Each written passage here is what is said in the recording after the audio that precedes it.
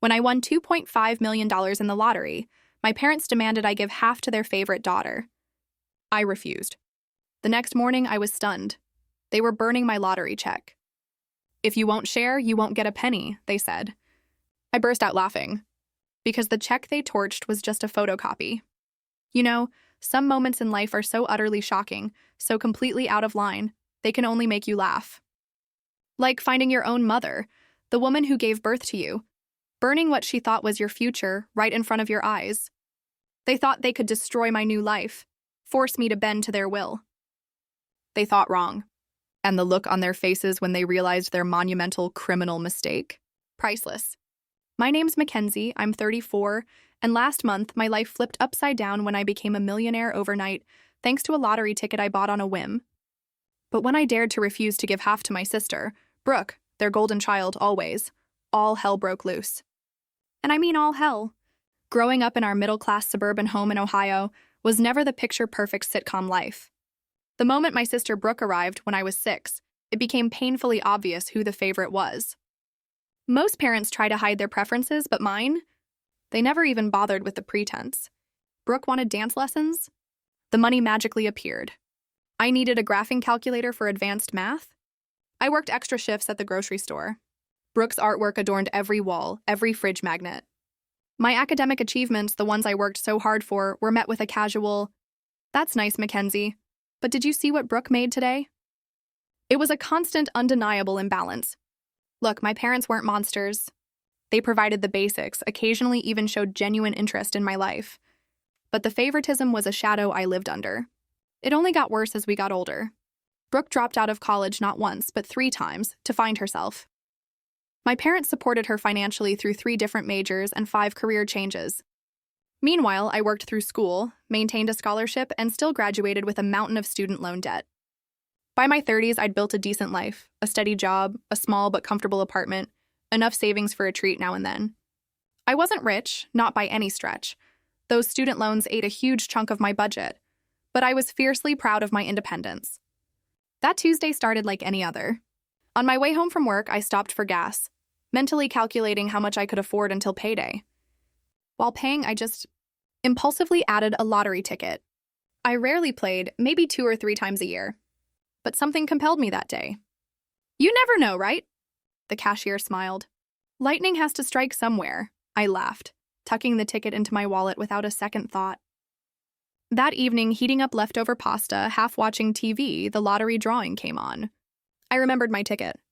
Pulled it out, expecting the usual disappointment. The first number matched. Then the second. By the third, I was sitting bolt upright, my heart hammering. 4th match, 5th match. When the final number matched, I literally stopped breathing. I checked, rechecked, convinced I was hallucinating. But there it was, all 6 numbers. The jackpot. 2.5 million. I sat in stunned silence for nearly 30 minutes, staring at the ticket, then the TV. Eventually, I took a photo, then tucked the ticket into a Ziploc bag, hiding it in my copy of Pride and Prejudice on my bookshelf, the safest place I could think of. My hands shook as I called Rachel, my best friend. "You need to come over, now. I'm not joking or exaggerating." Rachel arrived 20 minutes later, clearly worried. "What's wrong? Are you okay?" Wordlessly, I showed her the ticket, the numbers I'd scrawled down. "Holy shit," she whispered, her eyes wide. "Mackenzie, holy crap, is it real?" I croaked, my voice tiny. "Can you check the numbers again?" "I'm afraid I'm hallucinating." She pulled out her phone, looked up the winning numbers. "It's real." "Oh my God, it's real. You just won $2.5 million. That night was a blur of disbelief, elation, and a strange, dizzying fear.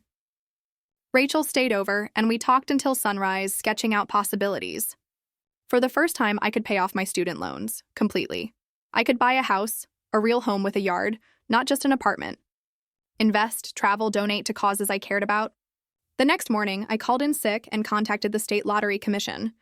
They confirmed I needed to come to their headquarters. Rachel drove me. I was too nervous to get behind the wheel. At the lottery office, they verified everything, explained the process, lump sum versus annuity, and even arranged a ceremonial big check photo op. They made it clear the actual funds would be processed electronically, taking about 2 weeks. As I posed with that oversized check, it finally started to sink in. My life had changed forever. But I had no idea how it would test my relationships and expose truths about my family I'd always suspected but never wanted to confirm. With the initial verification done, I returned home with paperwork, a copy of that novelty check, and my head spinning. The lottery officials had strongly advised keeping my windfall private until the funds were secured. Winners often find themselves besieged by long-lost relatives, investment opportunities, and charity cases, the representative had warned. Consider carefully who you tell and when. I knew she was right, but I also felt a strange obligation to tell my family. Despite our complicated history, they were still my parents. Brooke was still my sister. And part of me, a part I'm not proud of, wanted them to finally see me, to see that I had succeeded in this unexpected way. Maybe now they would be proud. After a few days, I decided to share my news at Sunday dinner, a monthly tradition I maintained more out of duty than enjoyment. I arrived early, helping my mom in the kitchen. "You seem different today," she observed, eyeing me. "Did something happen at work?" "You could say that," I replied, a small smile I couldn't suppress. "But let's wait until everyone's here." My father joined us, asking about my apartment's persistent plumbing issues, problems I would soon be able to leave behind forever. When we sat down to eat, I took a deep breath. "I have some news," I began, my heart thumping. "Something pretty incredible happened last week. I won the lottery." My parents stared in disbelief. "The lottery?" my father repeated. "Like 20? "No," I said, my voice steadier than I expected. "The state lottery.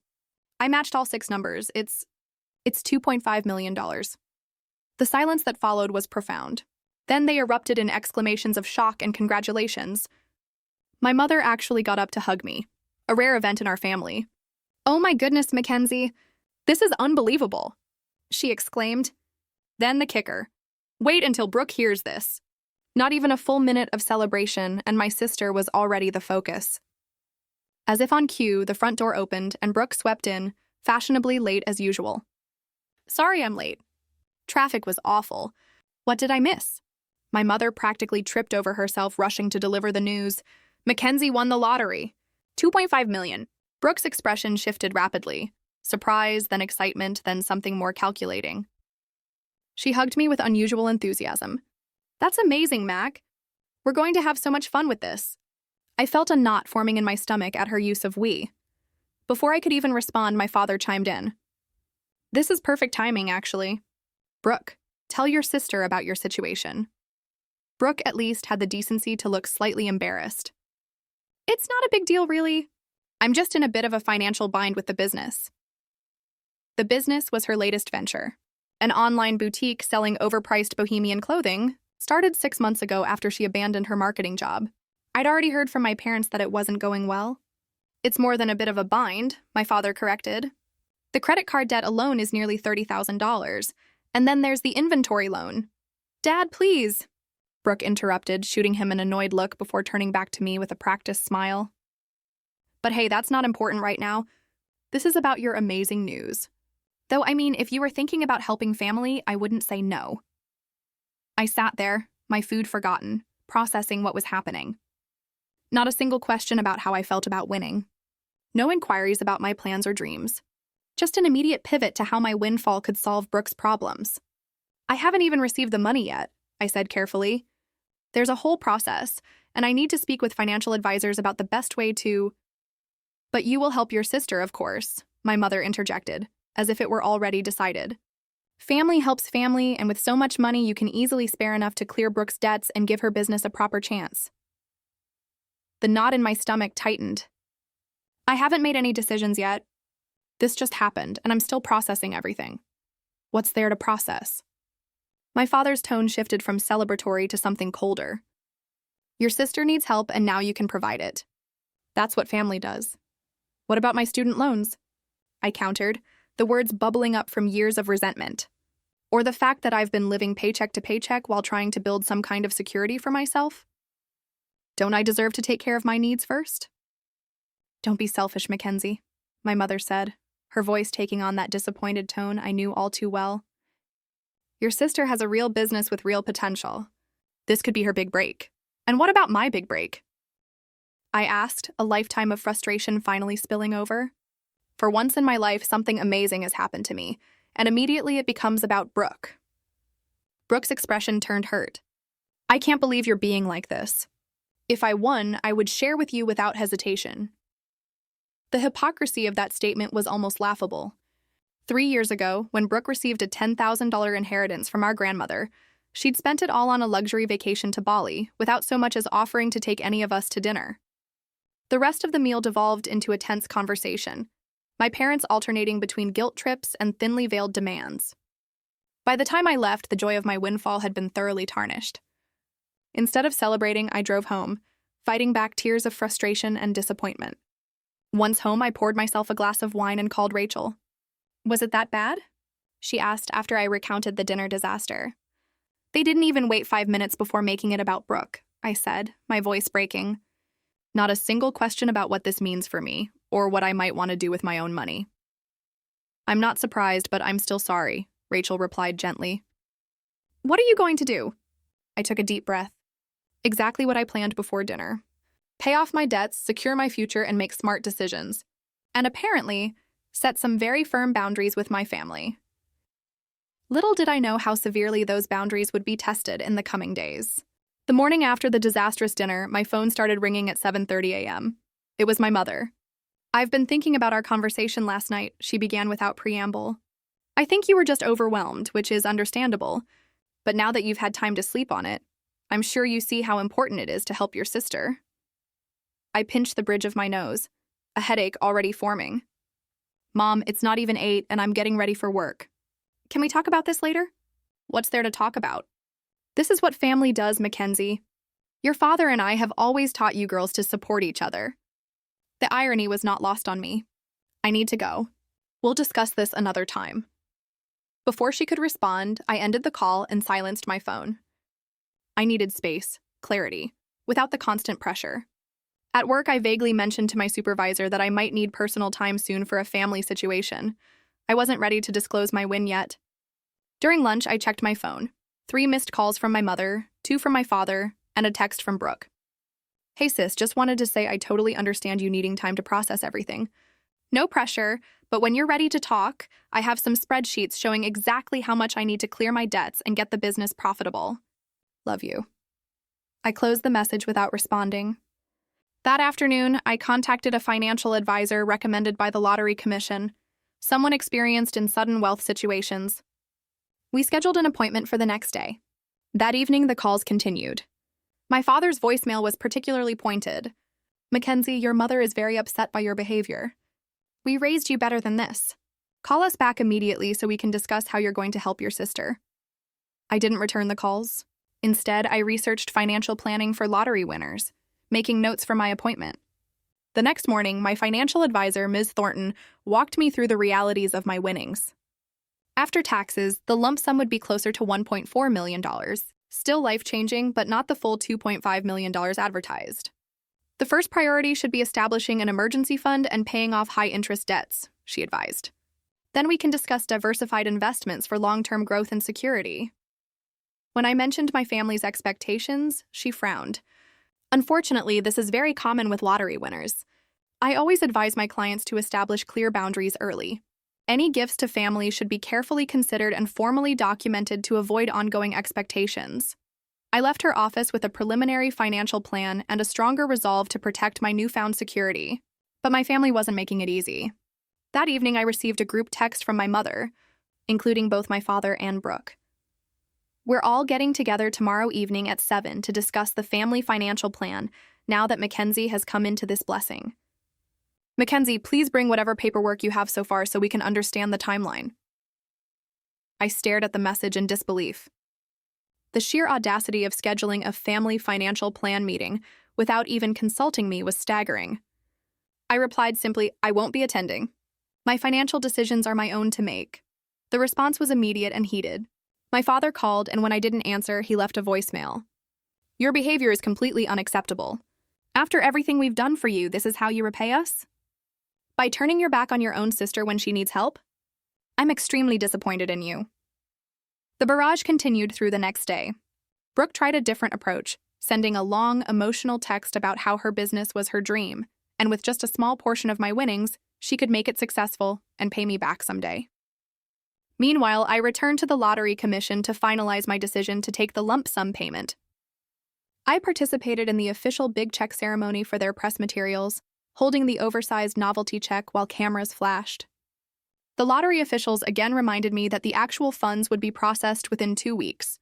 After the ceremony, I stopped by a secure post office box I had rented and deposited the ceremonial check along with copies of all my lottery documentation. The originals were stored in a safe deposit box at my bank. I was taking no chances with these important papers. When I arrived home that evening, I found my parents and Brooke sitting in their car outside my apartment building. My stomach dropped as I parked and reluctantly approached them. "We need to talk," my father said firmly. "Since you wouldn't come to us, we've come to you." I glanced around the parking lot, painfully aware this was not a conversation I wanted to have in public. "Fine," I conceded, "but I have nothing new to say." Once inside my small apartment, the tension was palpable. My mother immediately began examining the space with thinly veiled disapproval, while my father positioned himself commandingly in the center of the living room. Brooke perched on the edge of my couch, looking uncomfortable but determined. "This has gone on long enough," my father began. "You've had time to process your good fortune, and now it's time to discuss how this will benefit the family. Specifically," my mother added, "how much you'll be giving to Brooke to clear her debts and properly fund her business." I took a deep breath. I've thought about this a lot, and I've decided that I need to secure my own future first. I have student loans to pay off, retirement to plan for, and— "Student loans?" my father interrupted incredulously. "You're going to be a millionaire. Who cares about student loans?" "I do," I replied firmly. "I've worked hard to stay afloat with those payments for years, and the money isn't as much as you think after taxes." "But still plenty to help your sister," my mother insisted. Brooke leaned forward. "Mac, I only need about $80,000 to clear everything and have a proper marketing budget. That's nothing compared to what you're getting." $80,000 is not nothing," I countered. "And what happens when that runs out? Will you need another infusion of cash in 6 months?" "That won't happen," Brooke insisted, though her eyes slid away from mine. "This is different. I just need a proper chance.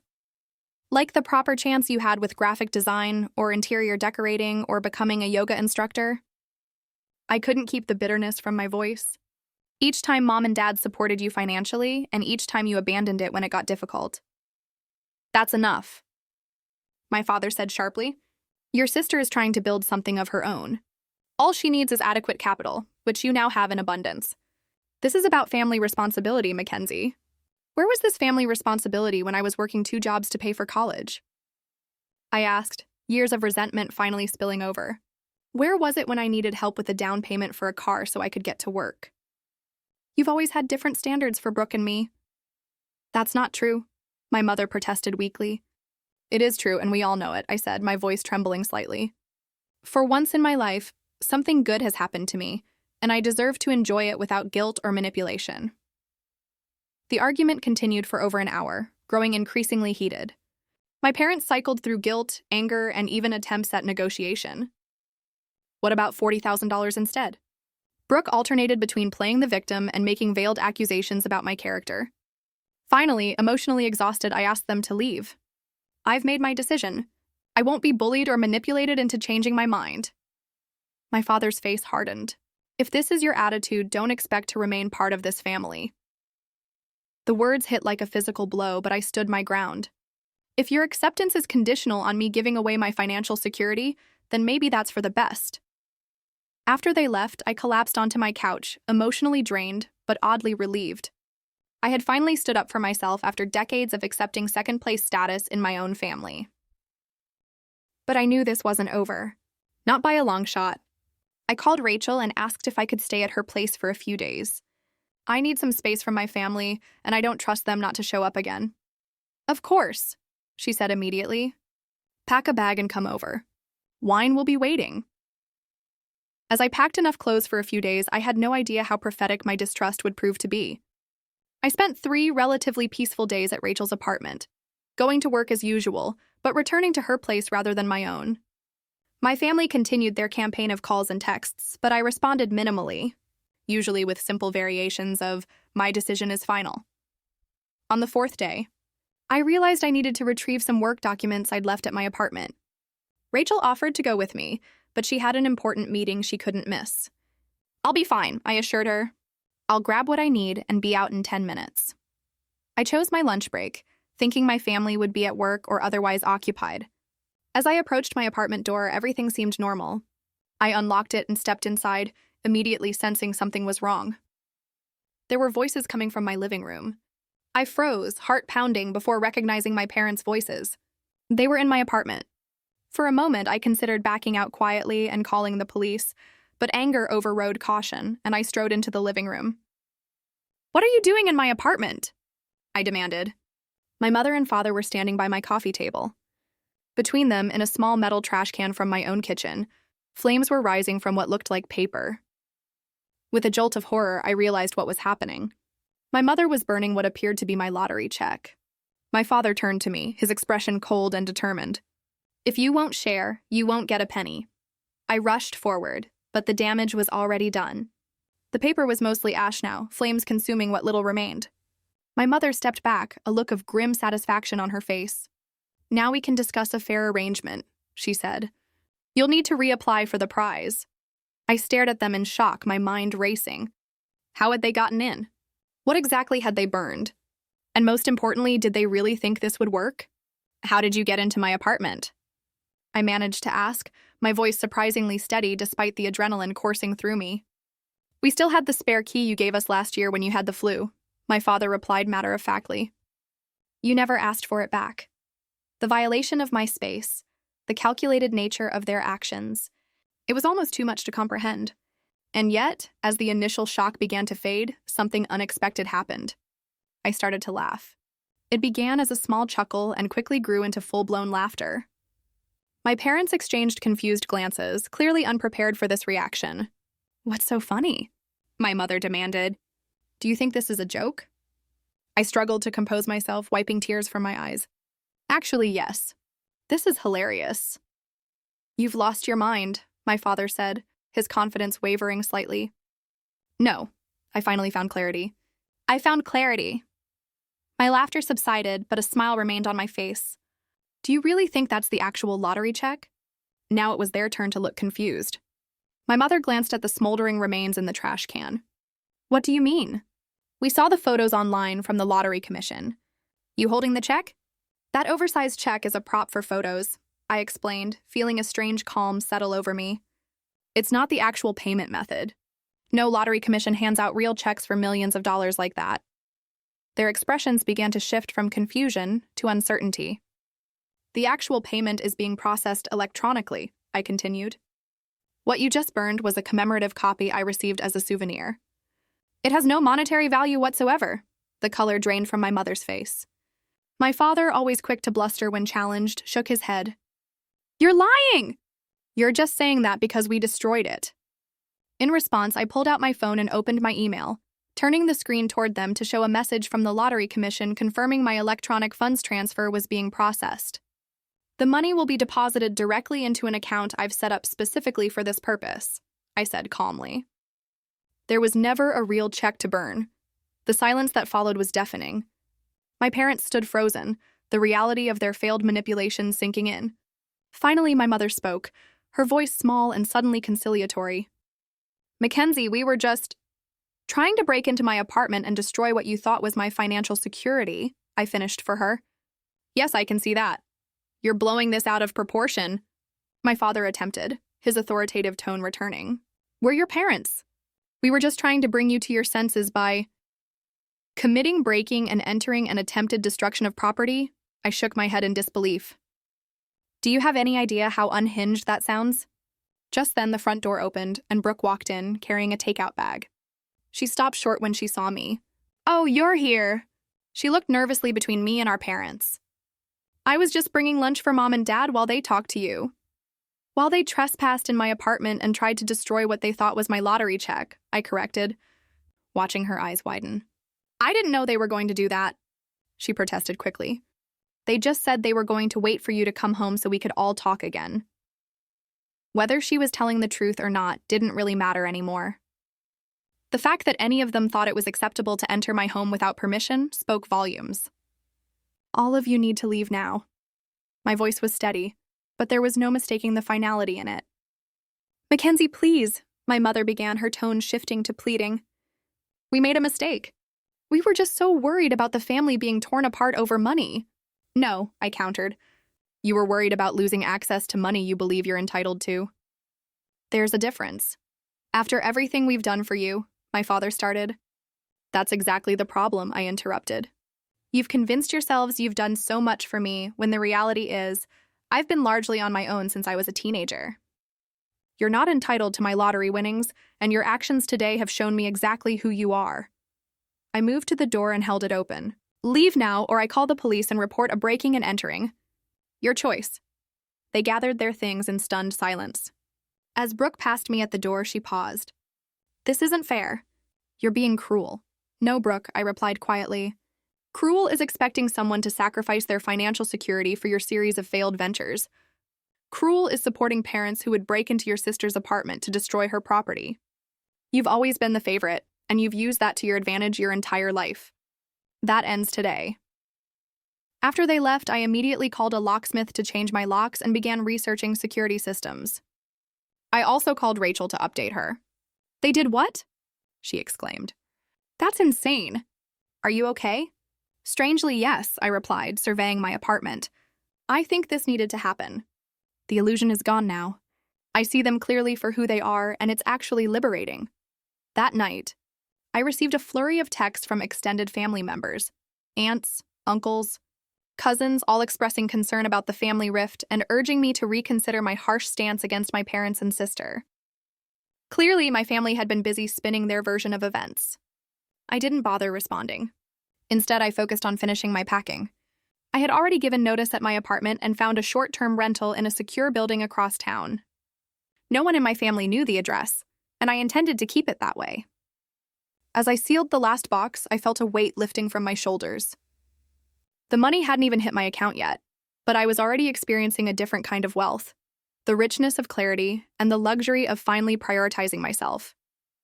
The day after the burning incident, I took a personal day from work to handle several important matters. First, I met with a lawyer recommended by my financial advisor to discuss the legality of my family's actions and how to protect myself going forward. Breaking and entering is a criminal offense, the lawyer, Ms. Patterson, explained, as is destruction of property, even if what they destroyed was ultimately just a souvenir. I don't necessarily want to press charges, I said, still conflicted despite everything. I just want them to leave me alone. A restraining order might be appropriate then, she suggested, and I'd recommend documenting everything in case their behavior escalates further. Next, I visited the bank where I'd set up the account for my lottery winnings. The bank manager assured me that all security measures were in place, including requiring in-person identification for any transactions. We've worked with lottery winners before, she explained.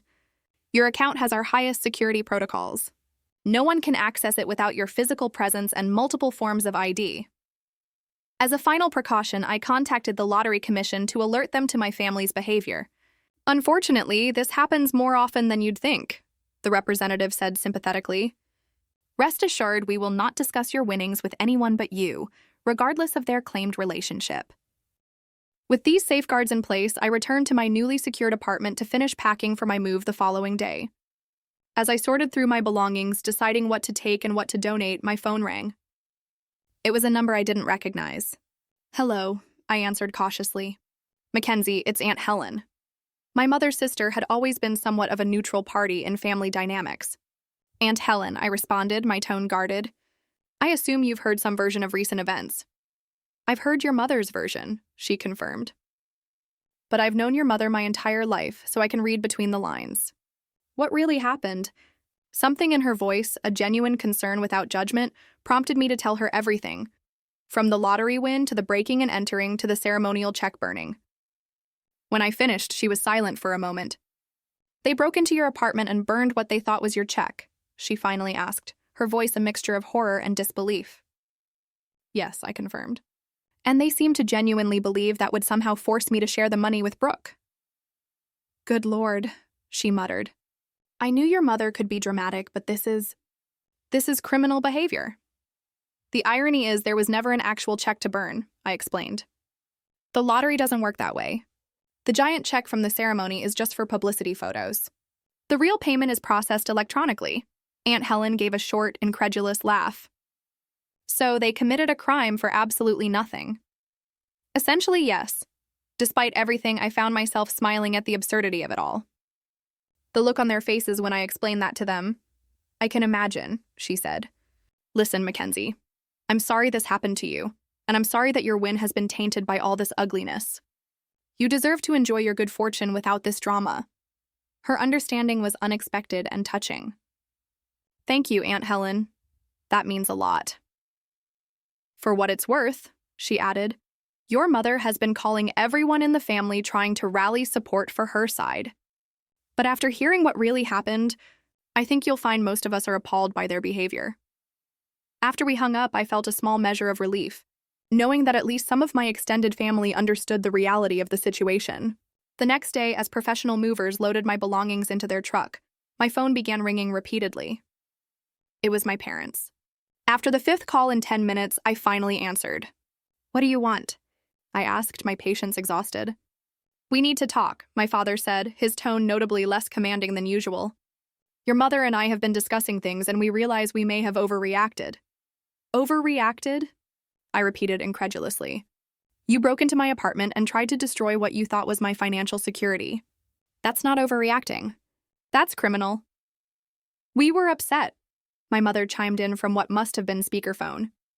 We weren't thinking clearly. But we're your parents, Mackenzie. Surely we can move past this misunderstanding. This wasn't a misunderstanding, I corrected her. A misunderstanding is when we miscommunicate about dinner plans. What you did was deliberate and calculated. The point is, my father interjected, we want to apologize and start fresh. Family is more important than money. I agree completely, I replied. Which is why I was so shocked that you were willing to destroy our relationship over money that isn't even yours. There was an uncomfortable silence before my mother spoke again. Brooke is very upset. She feels like you're punishing her for our actions. I sighed, watching as the movers carried out the last of my boxes. I'm not punishing anyone. I'm protecting myself from people who have demonstrated they don't have my best interest at heart. So what now? My father asked. You're just going to cut us off completely? For now, yes, I said firmly. I need time and space. I've arranged for my mail to be forwarded and I'm moving today. Please don't try to contact me for a while. I'll reach out if I'm ready. You can't just disappear, my mother protested. We're your family. Family doesn't break into each other's homes and destroy their property, I reminded her. I have to go now. As I ended the call, a text came through from Brooke. I know you're angry, but you're being unfair. I had nothing to do with what Mom and Dad did. Call me when you stop being so selfish. The lack of self-awareness was staggering. I blocked her number without responding. That afternoon, as I was settling into my new apartment, a modern one-bedroom in a secure building with a 24-hour doorman, I received an email notification from my bank. The lottery funds had been deposited. It was official. I was now a millionaire. I sat on my new couch, surrounded by half-unpacked boxes, and allowed myself a moment to truly feel the significance of this change. Despite all the family drama, despite the betrayal and hurt, this was still an incredible blessing. My phone buzzed with a text from Rachel. All settled in? How's the new place? It's perfect, I replied. And the money just hit my account. Champagne time! She responded immediately. I'll be there in 30 minutes. We're celebrating properly this time. As I awaited Rachel's arrival, I reflected on how differently everything might have unfolded if my family had simply been happy for me. If they had respected my autonomy and my right to make my own financial decisions. If their love had truly been unconditional. But their actions had revealed important truths, painful ones, yes, but necessary to acknowledge. And perhaps that clarity was its own kind of fortune. When Rachel arrived with champagne and takeout from my favorite restaurant, we toasted not just to my financial windfall, but to new beginnings and true friendship. To boundaries, Rachel said, raising her glass. And to seeing people clearly, I added, clinking my glass against hers. As we ate and talked about my plans for the future, I felt a sense of peace settling over me. The money would change my life in many ways, but the most valuable change had already occurred. I had finally recognized my own worth and stood firm in protecting it. The weeks following my move were filled with a strange mix of exhilaration and adjustment. With Ms. Thornton's guidance, I systematically addressed my financial priorities. First came my student loans, nearly $68,000 worth of debt that had shadowed me since graduation. Submitting that final payment brought an unexpected emotional release. I actually cried as I clicked the Pay Off Remaining Balance button. Next, I established a robust emergency fund and set up diverse investment accounts designed for long-term growth. I purchased a modest but beautiful 3-bedroom house in a quiet neighborhood with excellent security features. Nothing extravagant or flashy, just a solid, comfortable home that I owned outright with no mortgage hanging over my head. "You're being remarkably sensible," Ms. Thornton commented during one of our meetings. "Most clients in your position immediately buy luxury cars or take lavish vacations. I've waited too long for financial security to risk it now," I explained. "Though I did book a 2-week trip to New Zealand for next month," I added with a smile. "I'm not completely boring." At work, I gave my notice, explaining to my surprised supervisor that I had come into an unexpected inheritance, a small lie that seemed safer than announcing a lottery win. I agreed to stay on for 6 weeks to properly train my replacement and transition my projects. Through it all, I maintained my distance from my immediate family. They continued their attempts to contact me, sometimes apologetic, sometimes accusatory, but I held firm to my boundaries. I did, however, cautiously reconnect with a few extended family members who had reached out with genuine concern. Aunt Helen and I began meeting for coffee every other week. During one such meeting, she updated me on the family situation. "Your parents are telling everyone they're giving you space," she said with a knowing look. "But the reality is they're beside themselves that they can't find your new address. Have they shown any real remorse?" I asked, though I already knew the answer. She shook her head. "They're convinced they were justified in trying to help you see reason. Your mother actually said they did it because they love you too much to let you make such a selfish mistake." I sighed. "And Brooke?" "Well, that's interesting," Aunt Helen said, leaning forward. "Her business has officially folded.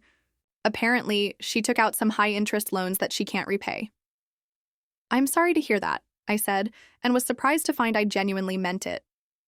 Despite everything, I didn't want my sister to suffer. "Don't be too sorry," Aunt Helen replied.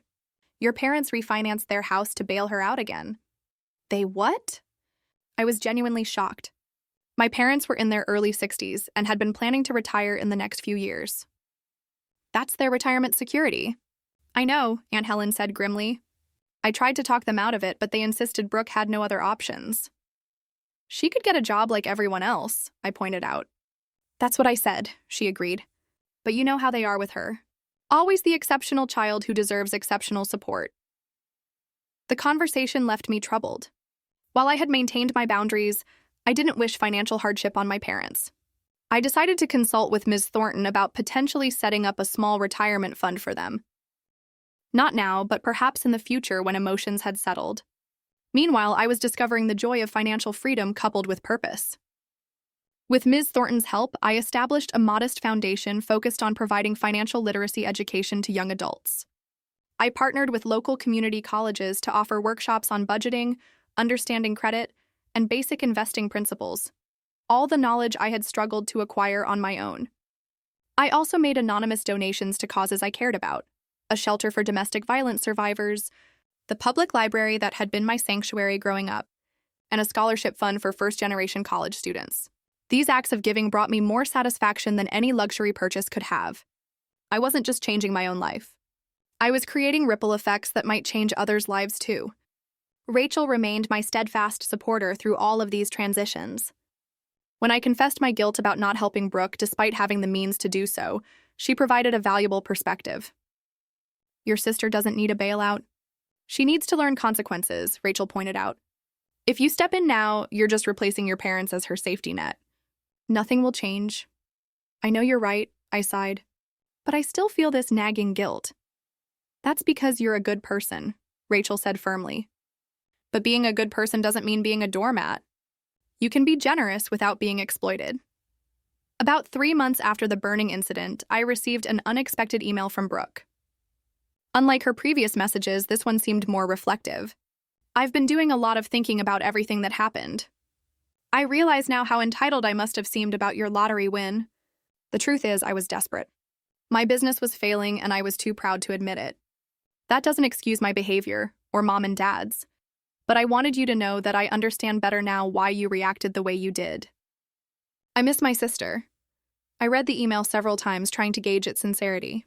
Was this a genuine moment of growth for Brooke, or another manipulation tactic now that her financial situation had deteriorated? After careful consideration, I replied with a brief but not unkind message. Thank you for your email, Brooke. I appreciate your reflection on what happened. I'm still processing everything and need more time before considering any kind of reconciliation. I hope you're finding your way forward. Her response came quickly. I understand. For what it's worth, I've finally taken a regular job. Assistant manager at Riverside Cafe. It's not glamorous, but it's stable. Take all the time you need.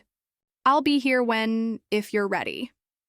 This small evidence of Brooke taking responsibility for her own financial situation was the first positive sign I'd seen.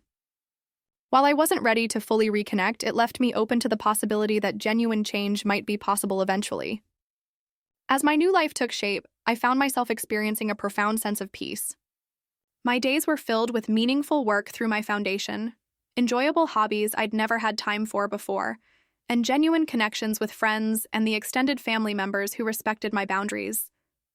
The wealth hadn't changed who I was at my core. I still shopped sales and felt a twinge of guilt when splurging on expensive items. But it had removed the constant background anxiety about money that had been my companion for so long. More importantly, it had catalyzed a necessary transformation in how I viewed myself and my relationships. One evening, as Rachel and I enjoyed dinner on my new patio, she raised her glass in a toast. To the unexpected silver lining, she said. Without the lottery, you might never have seen your family so clearly or found the strength to prioritize yourself. I clinked my glass against hers, reflecting on the truth of her words. Sometimes the greatest gift isn't the money itself, I replied, but what it reveals about the people around you and about yourself. 1 year after the lottery changed everything, I stood in the doorway of my home office surveying the space I'd created for myself. Large windows overlooked a garden that was just beginning to bloom with spring flowers. The walls were lined with bookshelves containing volumes I'd always wanted to read but never had time for. My desk, a beautiful antique I'd carefully restored myself, held a laptop and a neat stack of documents related to my foundation's latest financial literacy program. This room, like my new life, was entirely of my own making. Every element reflected my choices, my values, my vision, not those imposed by family expectations or financial limitations. It was a physical manifestation of the internal journey I'd undertaken over the past year. The path to healing hadn't been straightforward. There were days when I questioned my decisions, when the weight of family estrangement felt heavier than the relief of boundaries. There were nights when I dreamed about reconciliation scenarios, waking with a confused mixture of longing and resolve. My therapist, another investment in myself I'd made after the lottery, had helped me navigate these complex emotions. Healing isn't linear, she often reminded me. And establishing healthy boundaries with family doesn't mean you've stopped loving them.